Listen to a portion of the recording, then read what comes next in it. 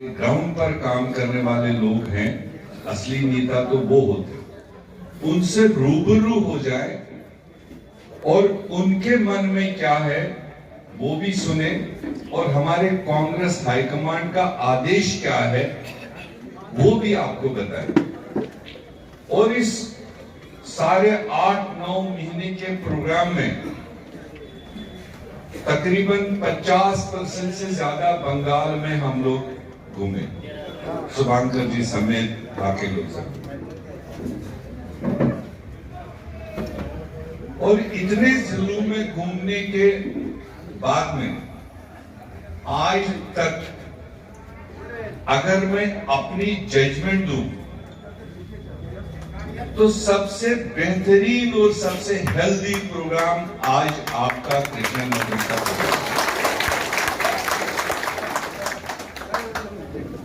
मतलब अगर आज शाम को मुझे राहुल गांधी जी पूछेगा कि आप इतने दिनों से बंगाल में घूम रहे हो, मुझे ये बताओ कौन से एरिया में कांग्रेस की मजबूती है, कौन सी जमीन बेहतर है कांग्रेस के लिए,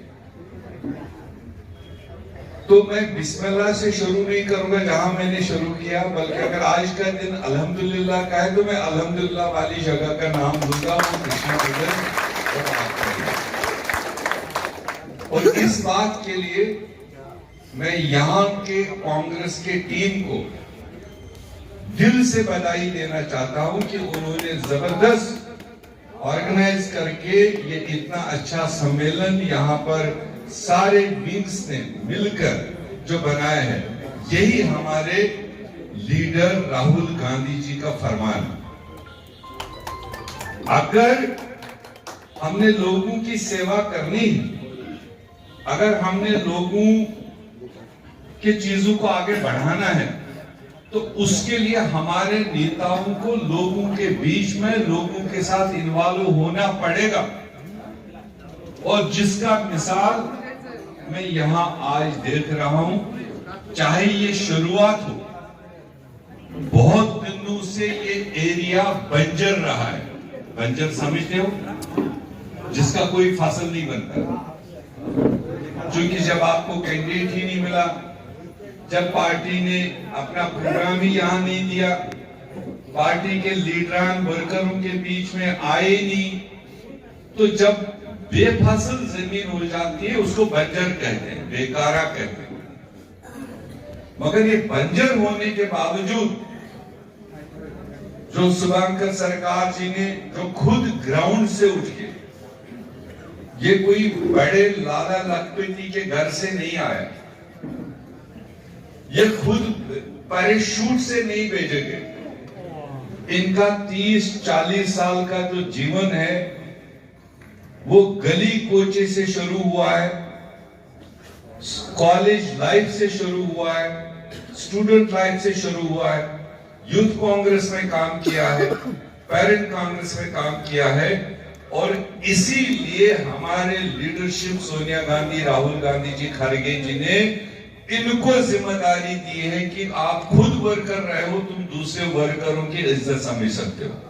और जब से ये आए हैं, लगातार एक टांग पर होके दिन रात लगे हुए हैं पुराने नए वर्करों को जोड़ने के लिए। और यही एक तरीका है। अंग्रेजी में कहावत है, speed of the leader is speed of the team. अगर जो हमारा लीडर है वही बैठ जाए तो वर्कर और मिशनरी कैसे चलेगा? मगर वो सारी क्वालिटीज इनमें है। ये एक सेकंड वेस्ट नहीं करते हैं, दिन रात एक एक वर्कर को सुनते हैं और एक एक वर्कर की बात को इंप्लीमेंट करते हैं और उन तक अप्रोच करते हैं। अब जो बड़ी बात है, आप सारे लीडरान हैं यहां पर, अपनी अपनी जगह बड़ी बड़ी ताकत रखते हैं। ये कोई जनसभा नहीं है, सारे चुनिंदा लीडरान है यहां पर। अगर ये 1200 लीडर यहां पर है तो मैं समझ सकता हूं ये 4, 5, 8 लाख लोगों की नुमाइंदगी करते हैं और हर किस्म के लोग हैं। जो कांग्रेस का कल्चर है, जो कांग्रेस की आइडियोलॉजी है, इसमें मुस्लिम भी है, हिंदू भी है, क्रिश्चियन भी है, बौद्ध भी है, ट्राइबल भी है, सारे कलरफुल। यही एक खूबसूरत पिक्चर कांग्रेस की है जो और पार्टियों में नहीं मिले। आप देखिए, जो भारतीय जनता पार्टी जनसंघ जो देश पर काबिज है इस वक्त, और किस तरह से भाई भाई को आपस में लड़ाने की 24 घंटे उनकी साजिश। एक भी क्षण, एक भी सेकंड वो देश को, देश की जनता को तोड़ने के बगैर कंस्ट्रक्टिव काम कुछ भी नहीं कर रहे। अब आपको जो दिल में मलालियत रही होगी या गुस्सा रहा होगा, मेरे ख्याल से 4 दिन 5 दिन पहले जो फिर उन्होंने एक अटैक गांधीयन फिलॉसफी, गांधीयन सोच और डायरेक्ट महात्मा गांधी के साथ में जो खिलवाड़ किया, जो पार्टी महात्मा गांधी को नहीं बख्श सकते हैं, तो उनके लिए हमीदुल्लाह और सैदुल्लाह कोई बड़ी बात नहीं है। और ये बात आपको समझनी है, हिंदू, मुस्लिम, सिख, ईसाई जो भी यहां पर, ये देश आज के दिन पर 2 ही फिलॉसफीज में बांट चुका है, उसको बांटा जा रहा है 2, तीसरी चौथी कोई मायने नहीं रखता। ये देश जिसकी मिट्टी में, जिसके सांसों में, जिसके हवा में महात्मा गांधी बसता है, वो कोई किताब में नहीं रहता है, वो कोई बोर्ड में नहीं रहता है। महात्मा गांधी वो इस देश की आत्मा है, हम सब की आत्मा है। और एक तरफ वो महात्मा गांधी का सोच और दूसरी तरफ नथुराम गोडसे का सोच। जिस नथुराम गोडसे ने महात्मा जैसे गांधी को मर्डर कर दिया, देखा जाए आजाद भारत का पहला उग्रवादी अगर कोई पैदा हुआ है, वो नथुराम गोडसे पैदा हुआ। और वो एक की सोच है जो आजादी में, जब हमारे आपके सबके पूर्वज अंग्रेजों को भगाने में शहादतें दे रहे थे, और उस वक्त भी ये जनसंघ के लोग अंग्रेजों की मुखबिरी करते थे। मुखबिरी समझ रहे? मुखबिरी समझ रहे? नहीं तो बात तो है दलाली, दलाली समझ रहे? उनके तनख्वाह पर काम करते थे, वो तो समझ रहे? तो जो खुद ही उस आजादी के आंदोलन में, जब बराबर मणिपुर से मुंबई तक, कश्मीर से कन्याकुमारी तक सारे हिंदू, मुस्लिम, गांधी जी, नेहरू जी, सरदार पटेल और रविंद्रनाथ टैगोर, सुभाष चंद्र बोस, जो हमारे पूर्वज थे, उनके अपील पर अंग्रेजों से लड़ रहे थे, लाठी खा रहे थे, गोली खा रहे थे, फांसी पर लटक रहे थे। और उस वक्त ये लोग, अगर कुछ बच्चे भी थे, ये उनके तनख्वाह पर हमारी आपकी मुखबिरी करते थे। ये उनका वजूद है। तो इसलिए कृष्णा नगर कहते हैं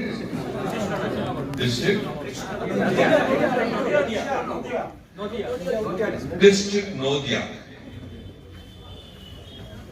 गांधी जी ने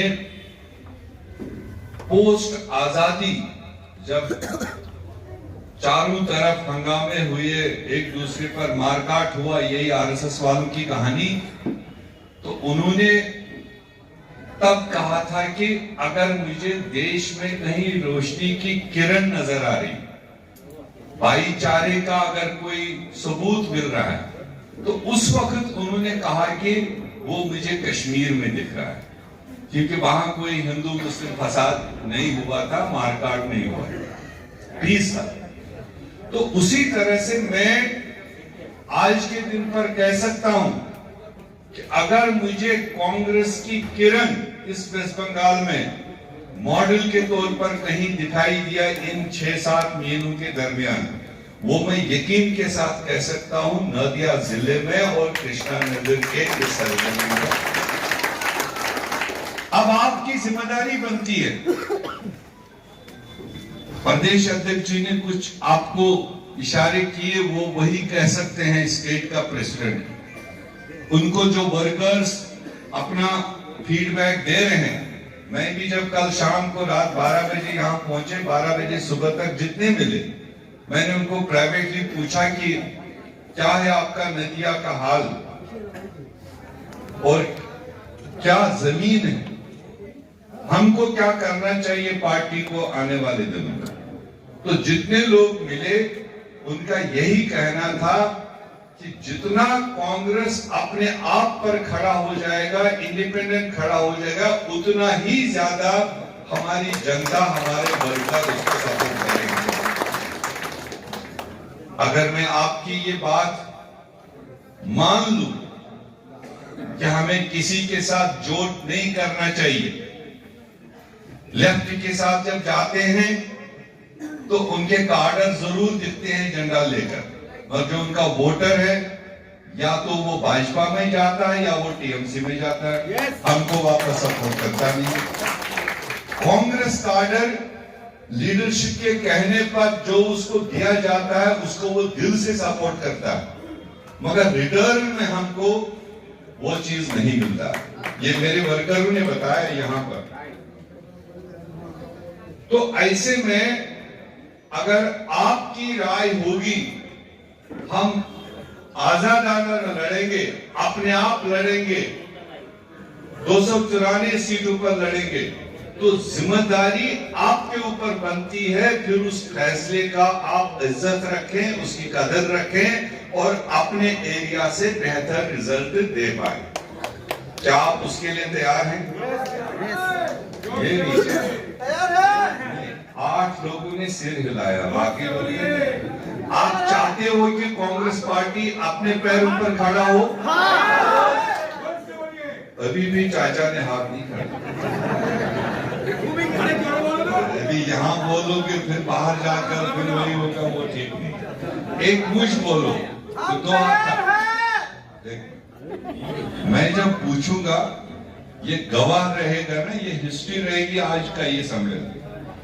और मैं चुनाव के दरमियान भी आऊंगा, कैंडिडेट जब आप फैसला करोगे, कैंडिडेट आप पर छोड़ेंगे। एक चीज की गारंटी हम दे रहे हैं, कैंडिडेट हम ऊपर से पैराशूट से नहीं भेजेंगे। जो जिले का टीम फैसला करेगा कौन उम्मीदवार कहां होगा, उसी को हम लेकर चलेंगे। और जिम्मेदारी आप, कैंडिडेट भी आपका, मैंडेट भी आपका, वोट भी आपका, तो मगर रिजल्ट तो आना चाहिए ना, रिजल्ट आना चाहिए ना। आप बताओ कितने लोग चाहते हैं कि कांग्रेस को अपने बलबूते खड़ा होना चाहिए ताकि कामयाबी मिले? हाथ खड़ा करें। अपने बलबूते खड़ा होना चाहिए, ये वादा है ना। और ये काम अब खाली राहुल गांधी जी तो नहीं कर पाए, ये खड़गे जी तो नहीं कर पाए, वो आएंगे। आप जो फीडबैक दे रहे हैं वो हम लोग उन तक पहुंचाएंगे। वो आपके उस सोच को, उस पॉलिसी को सपोर्ट करने के लिए आएंगे वेस्ट बंगाल। जो वर्कर्स की इच्छा है उसी को सपोर्ट करेंगे, मगर वो हर बूथ पर तो नहीं जा पाएंगे। आप समझ रहे हो मेरी बात है ना? वो हर बूथ पर तो राहुल गांधी जी नहीं जाएंगे। शुभंकर सरकार जी प्रदेश अध्यक्ष 294 सीटों को लड़ना होगा। ये भी मोटा मोटा जिला लेवल पर जा सकता है, अपनी मैसेज दे सकता है। ये विधानसभा नहीं जा सकता है, बूथ पर भी नहीं जा सकता। तो अगर राहुल गांधी जी पूरे प्रदेश में घूम के आपको मदद करेंगे, शुभंकर जी पूरे जिलों में घूम के आपको मदद करेंगे, तो बूथ पर अपना रिजल्ट बनाने का जिम्मेदारी किसकी होगी? किसकी होगी? जोर से बोलो, बाहर अंदर। हाथ खड़ा करके बताओ कि वो जिम्मेदारी हम संभालेंगे। मैं आपको बता दूं, शायद शुभांकर जी ने आपको मेरा इंट्रोडक्शन दिया कि मीर साहब कश्मीर से आते हैं, ये ओहदे पर, वो ओहदे पर, वो सब ठीक है। मैं आपको बता दूं, मेरे यहां, मैं जब अभी 1 साल पहले चुनाव लड़ा और मेरे खिलाफ भाजपा भी थी, मोदी भी था, अमित शाह भी था, उनकी एजेंसीज भी थी, पाकिस्तान से भेजे हुए एजेंट भी थे, नेशनल कॉन्फ्रेंस भी था, पीडीपी भी था, और भी पता नहीं कितनी सारी पार्टियां वहां पैदा की थी। सारे लोगों का टारगेट खाली मेरी कॉन्स्टिट्यूंसी था कि गुलाम अहमद मीर को कैसे कमजोर करें। ये बात तो समझ लिया ना जो मैं कह रहा हूं। मगर आपकी तरह जो हमारे सिपहसालार, जो वर्कर, जो कार्यकर्ता, उनको ये बात समझ आई कि सारे लोग टारगेट कर रहे हैं यहां पर कि किस तरह से इनको कमजोर करें। उन्होंने मुझे कहा कि मीर साहब, आपको गांव-गांव आने नहीं देंगे, आपको आने की जरूरत नहीं है, आप दूसरे कैंडिडेटों को दूसरी जगह मदद करो, हम अपना पोलिंग बूथ खुद संभालेंगे और हम उन सबको शिकस्त देंगे। और रिजल्ट क्या निकला? जो आज तक इंडियन हिस्ट्री में कहीं नहीं निकला हो। बड़े बड़े लोग, यहाँ के आसाम में एक मेंबर पार्लियामेंट पिछले साल 11 लाख वोटों से जीता। कितने लाख? 11 लाख वोटों की मार्जिन से जीता। मगर जब पार्लियामेंट कॉन्स्टिट्यूंसी में हम बूथ देख रहे हैं, उसके अगर 1100-1200 बूथ थे, 800 बूथों पर बम पर उसको वोट मिला, मगर 400 बूथ पर नहीं मिला। इसी तरह से हमारे बड़े लीडर, प्रधानमंत्री लेवल के लीडर, वो भी सारे जीते लोकसभा में। हिस्ट्री है। राजीव गांधी जी एक टाइम पर 8 लाख वोटों से जीते। मैं उनके साथ काम कर रहा था और 1200 बूथ थे, 900 बूथों में धुआंधार वोटिंग हुई, 300 में नहीं, 300 में कोई दूसरा तीसरा जीत। मगर इस हमारे चुनाव में जो मैं आपको बता रहा हूं, 152 बूथ थे। कितने?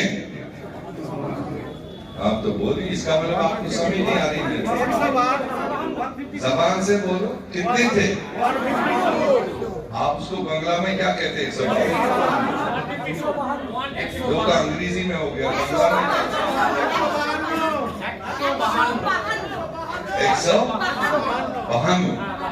152 बूथ थे।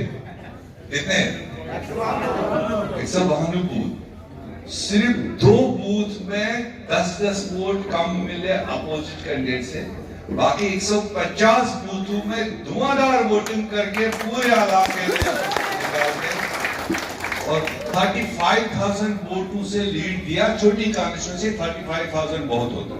तो मैं चाहता हूं, ये मैंने क्यों बताया कि यहां पर आप बूथ को मजबूत करोगे, बूथ पर टीम बनाओगे, वो हर बूथ की अपनी जिम्मेदारी लेगा। चाहे हमीदुल्लाह साहब है, ये डिस्ट्रिक्ट के प्रधान है, मगर पहले अपना बूथ इसको जरूरी संभालना है। अपने बूथ का BLA 2 इसको बनना पड़ेगा। चाहे ये बुजुर्ग साथी है, ये प्रदेश का हो, डिस्ट्रिक्ट का हो, इसको BLA 2 खुद बनना है और अपना टीम खुद बनाना है। जितने आप लोग यहाँ लीडर हैं, आप वादा करो कि हम अपना बूथ खुद संभालेंगे। संभालोगे या नहीं संभालोगे? तो उसका आप डिजाइन करो। और मैं यकीन के साथ कह सकता हूं कि आपके सुझाव पर आपके सुझाव पर कांग्रेस पार्टी जो बड़ा फैसला लेने जा रही है, और ये जिम्मेदारी भी आपकी होगी उस बड़े फैसले को बड़े रिजल्ट में बदलना। बाकी मैं अब इसमें नहीं जाऊंगा, जो ऑलरेडी शुभांकर जी ने बता दिया। टीएमसी के 15 साल का रूल एक बूथ दिखाकर डराती है, अपना वोट लेती है और 5 साल फिर वापस पूछती नहीं है। जो सबसे ज्यादा लोग वोट, जो सबसे ज्यादा कौम उसको वोट करते हैं, उन्हीं के ऊपर सबसे ज्यादा जुल्म भी होता है। और दूसरी तरफ भाजपा का तो बीज वेस्ट बंगाल में तो उगना नहीं चाहिए। वेस्ट बंगाल मोस्ट सेक्युलर, हिंदुस्तान में अगर कोई जनता, अगर कोई स्टेट, अगर कोई पॉपुलेशन मोस्ट सेक्युलर है, वो माना जाता है कि